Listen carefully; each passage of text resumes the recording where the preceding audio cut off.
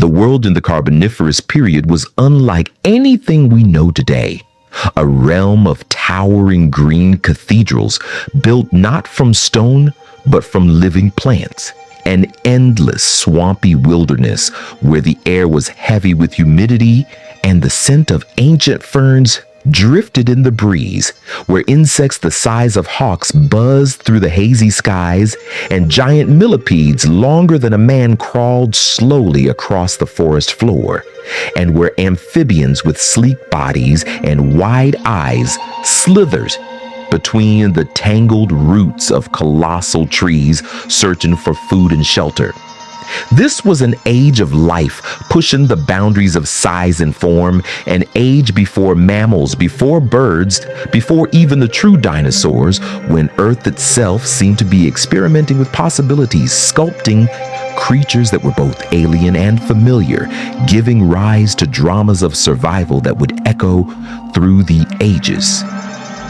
Imagine walking through such a forest, your feet sinking into damp moss, your ears filled with the relentless chorus of croaking amphibians and the shrill cries of insects, your eyes straining to adjust to the dim light filtering through a dense canopy of primitive plants like lepidodendron and sigillaria, trees whose trunks rose like immense green pillars, their surfaces patterned with scars from fallen leaves, their crowns exploding into strange feathery fronds high above. Beneath them stretched vast carpets of horsetails and ferns, their fronds brushing your legs as you move, while pools of stagnant water reflected slivers of sunlight and hid creatures waiting in silence for the chance to strike. The air itself felt different then, rich with oxygen, nearly 35% compared to the 21% we breathe today.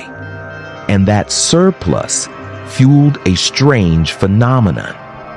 It allowed animals, especially insects and arthropods, to grow to monstrous proportions so that a dragonfly-like predator known as Meganeura stretched its wings nearly a meter across, dominating the air as one of the largest flying insects to ever exist. While on the ground, Arthropleura, the immense millipede, could grow longer than a horse, its armored segments clattering softly as it moved like some living train through the forest debris. Harmless to humans if we were there, for it fed only on decaying plants, yet terrifying in its sheer scale. A reminder that the rules of size were different in this primeval time.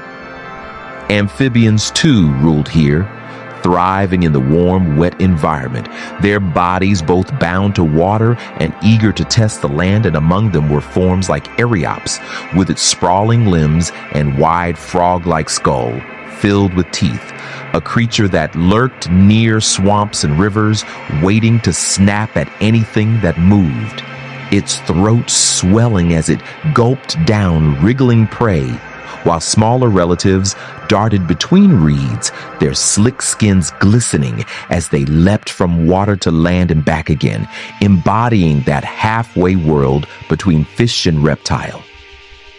These amphibians were kings of the Carboniferous wetlands, but quietly in the shadows, something new was emerging, something small, unnoticed, and yet destined to change everything. The first reptiles. Unlike their amphibian cousins, these early reptiles, fragile and lizard-like, carried with them a new gift from evolution: the amniotic egg, a self-contained capsule of life that could survive outside water, wrapped in a protective shell and nourished by internal membranes, allowing the embryo to grow safely on dry land, free from the dependence on swamps and ponds. It was a quiet revolution, a small step in appearance, but a giant leap in survival strategy. And with it, reptiles began their slow rise, unnoticed at first, but inevitable, like a whisper that would soon swell into a roar. Yet in this time, reptiles remained modest, scurrying among the roots while the great amphibians and monstrous insects held dominion. And the true spectacle lay in the endless forests themselves, forests so vast and so rich that their fallen trunks and buried leaves would one day, millions of years later, compress under pressure into thick seams of coal, a legacy that humans would eventually mine to power their own industrial age, unknowingly burning the remains of this long-vanished world to fuel their machines. The Carboniferous world, though lush and vibrant, was not static. Its landscapes shifted with rising and falling seas, its swamps expanded and shrank, and its climate fluctuated, sometimes growing cooler, forcing species to adapt or perish. And in those shifting conditions, competition grew fierce.